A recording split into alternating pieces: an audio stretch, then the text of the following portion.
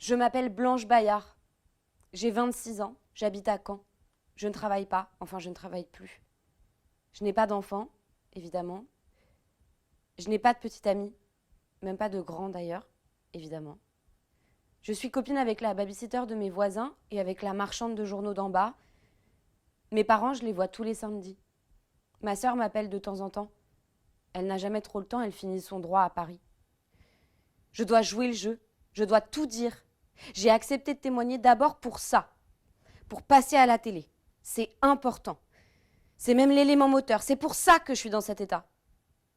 Mais je ne passerai que si mon témoignage est sélectionné, si j'ai des chances de faire monter l'audimat. Après mon passage à la télé, on fera le livre. Il y a forcément des journalistes ou des écrivains qui s'intéresseront à moi. C'est automatique. Elle m'a dit que je risquais d'avoir plein de contacts après. Même faire la une des magazines. Je dois me préparer. Finalement, j'ai beaucoup de chance. Je ne sais pas à combien de filles ils ont proposé de témoigner. Sûrement pas plus de 10 ou 12. Il faut vraiment que je sois sélectionnée. Je dois être convaincante. Je récapitule. Je n'arrive pas à dormir sans calmant. Je n'arrive pas à manger à tous les repas. Et je n'arrive pas à sortir seule dès qu'il fait noir. Mais ça va bien. Ouais, ça va bien. Je suis presque guérie. Je fais beaucoup moins de cauchemars. Je me réveille seulement 1 ou 2 fois par nuit. Avant, c'était 5 ou 6.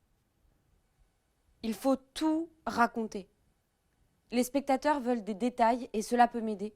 Se voir à l'écran peut accélérer le processus de guérison de 50%. C'est prouvé. Je vais le raconter, encore. Être juste, la plus juste possible. J'ai eu envie d'aller faire un tour à pied pour prendre l'air. J'avais ma petite robe à fleurs, avec les petites bretelles. Je n'avais pas mis de soutien-gorge, juste une culotte blanche et des tongs.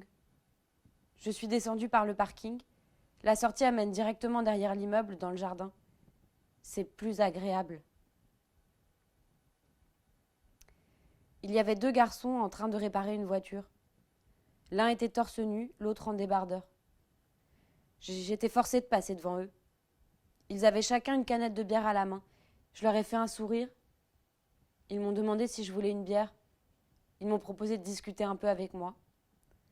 L'un a dit à l'autre que j'étais pas mal. Ils m'ont même demandé mon prénom. Blanche. Alors ils ont éclaté de rire. J'ai vu toute ma vie défiler en 5 minutes. Jusqu'à ce jour maudit, je menais une petite vie tranquille, sans rien demander à personne. Une vie quasi normale. Maintenant, j'avais en plus ce poids énorme à trimballer tout au long de mon existence.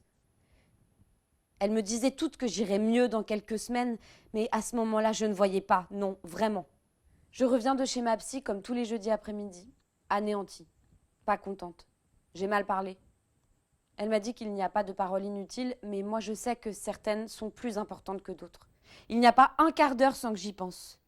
Pas un matin sans que je ne me réveille avec cette image, pas un soir sans que je ne m'endorme la tête écrasée contre terre.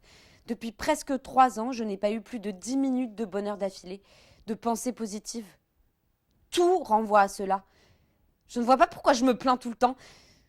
Mes parents m'aiment, ma sœur m'aime, elle m'offre de beaux cadeaux, ma concierge m'aime, la marchande de journaux m'aime, la fille de Pôle emploi ne me hait pas totalement, ma psy est contente de moi et mon médecin réduit les antidépresseurs. Tout va bien, madame la marquise, tout va très bien. Vous les femmes, vous avez pensé pendant 1 seconde, elle n'a rien d'extraordinaire, mais comment ont-ils pu la violer ? Eh bien si, maintenant j'ai quelque chose d'extraordinaire, j'ai quelque chose de plus que vous, que votre petite vie sordide avec votre petit mari qui dit qu'il vous aime en vous léchant le bout du nichon. Vous roucoulez sous vos draps, votre petite vie misérable comme je la hais. Moi, j'ai eu mon viol, vous n'avez rien eu du tout. Ah oui ? Qu'est-ce que vous allez raconter à vos petits-enfants ? Que le bonheur c'est cela ? Le rôti frite le dimanche midi ? La pizza salade le dimanche soir, les vacances à Cavalère du 1er au 20 août de chaque année depuis 17 ans, j'ai beaucoup plus. J'ai ma vie déchirée, laminée. J'ai tout à reconstruire, c'est beaucoup plus exaltant qu'un gosse à torcher, non ? Moi, je dois renaître. Renaître !